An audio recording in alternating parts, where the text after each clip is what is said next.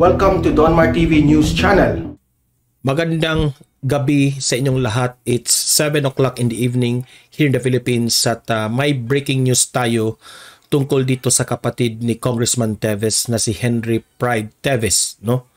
Ang nangyari sa loob ng bahay ni Henry Pride Teves. Yan ang pag-uusapan natin. Pero bago ang lahat guys, help me na i-like at i-share itong video na ito sa ating Facebook at YouTube para kakalat naman ito sa taong bayan. Okay? Sabay-sabay tayong mag-like and share. Ready? Like and share. 1, 2, 3, go. Thank you very much. And also guys, subscribe, follow Donmar TV sa ating Facebook at YouTube para lagi kayong updated sa mga balita na kagaya nito. Okay? Sabay-sabay tayong subscribe and follow. Ready? 1, 2, 3, go. Thank you very much.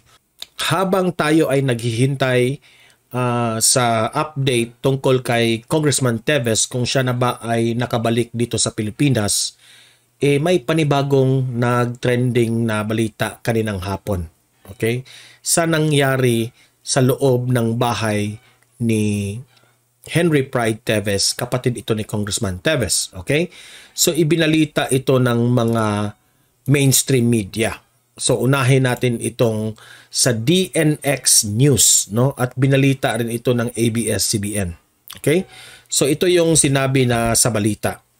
Breaking news. The Special Joint Task Force Negros is seriously looking into the connection between the Teveses and the Communist New People's Army after operatives of the Criminal Investigation and Detection Group of the National Police unearthed improvised explosive device within the compound of a sugar mill reportedly owned by Teveses in Oriental Negros, which is bahay ni Henry Pride Teves. Ito, Negros Province.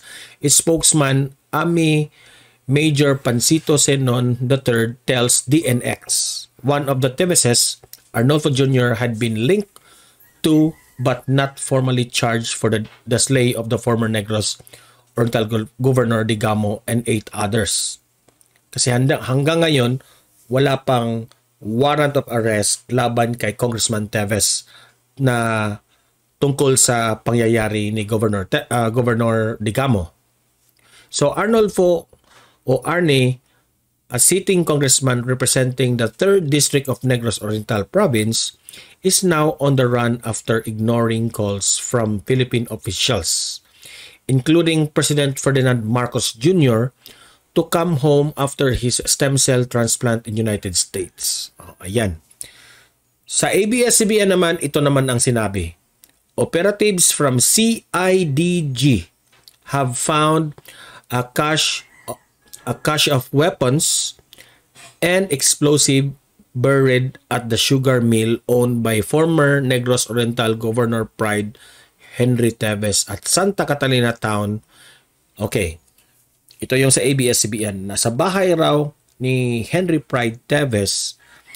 Actually guys, may picture ito pero hindi ko in-include ang picture kasi bawal yan dito sa Facebook at sa YouTube. So may picture ito at sa ABS-CBN may video ito. Bawal rin. May ipinakita kasi doon eh. Merong mga may dinala ang mga taga CIDG na yung backhoe na maghuhukay sa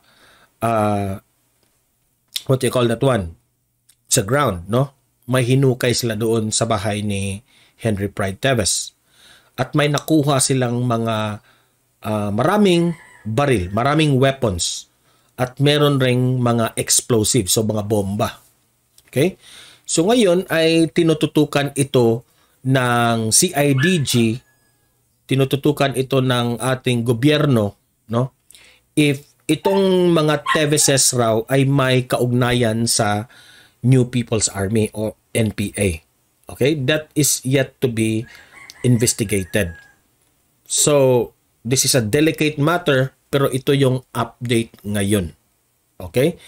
So, ano kaya ang sasabihin ni Attorney Topacio dito, no? Siguro tomorrow, this coming Monday, there will be what is it called that, interview, no, o magpapamedia, press media interview with Attorney Topacio kung ano ang kanilang side, no. Pakinggan rin natin ang side ng mga TVSS dito, kung ito ba ay sasabihin na naman nilang planted, kasi ano lahat ito ay video lamang na naipakita kung gaano ba ito ka-authentic rin, no? To be fair naman, dapat patas sila dito. Okay? So, imbestigahan ito. Kung talagang meron silang nakuha ng mga baril at mga explosives. Okay? So, itong balita na ito, no?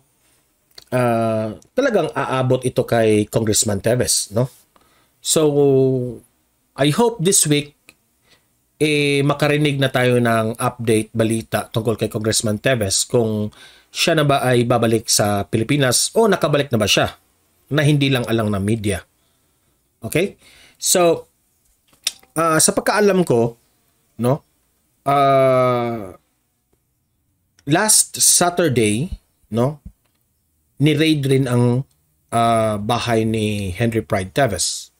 May nakuha pa ng pera na worth 17 million pesos, pero hindi pa walang impormasyon kung saan galing yung pera, no?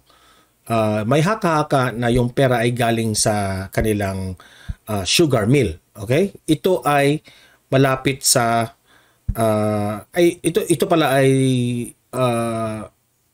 may sugar mill sila at ito ay nangyari, yung raid na ito ay sa Santa Catalina. Ito ay malapit rin sa Bayawan, bahay ni Kong Teves. Okay? So as of now, ito yung update natin at hintay tayo kung ano pa ang mga developments dito. Okay? So for now, libre kayong mag-comment, mag-react tungkol sa issue na ito. Ano ang masasabi nyo sa ginawa ng CIDG? Okay? Maniniwala ba kayo na merong weapons and explosives na nakuha na tinatago under the ground? Okay? Ano ang magiging kaso ng mga TVSS dito? No? Yan ang mga tanong. Hindi pa natin nakuha ang side ni Henry Teves tungkol dito sa issue na ito. Okay? Wala pang media o saan ba na interview tungkol kay Henry Teves tungkol sa raid na ito. Okay?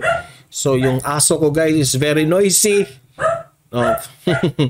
So dito lang tayo at hanggat merong updates ay ibabalita ko sa inyo ito. Okay? So mag-comment, mag-react tungkol sa issue na ito at babasahin natin ang inyong mga opinion tungkol dito. Anong maging reaction nyo dito at analysis nyo. Okay? Libre kayong mag-comment, mag-react at yan ay ating babasahin at re-respetuhin natin ang inyong mga ideas nyo at mga analysis. Okay? So guys, help me i-like at i-share itong video natin sa Facebook at sa YouTube para kakalat ito sa taong bayan. At subscribe, follow Donmar TV para lagi kayong updated sa mga trending na balita at breaking news. Okay? See you in my next video. Have a great day and God bless inyong lahat.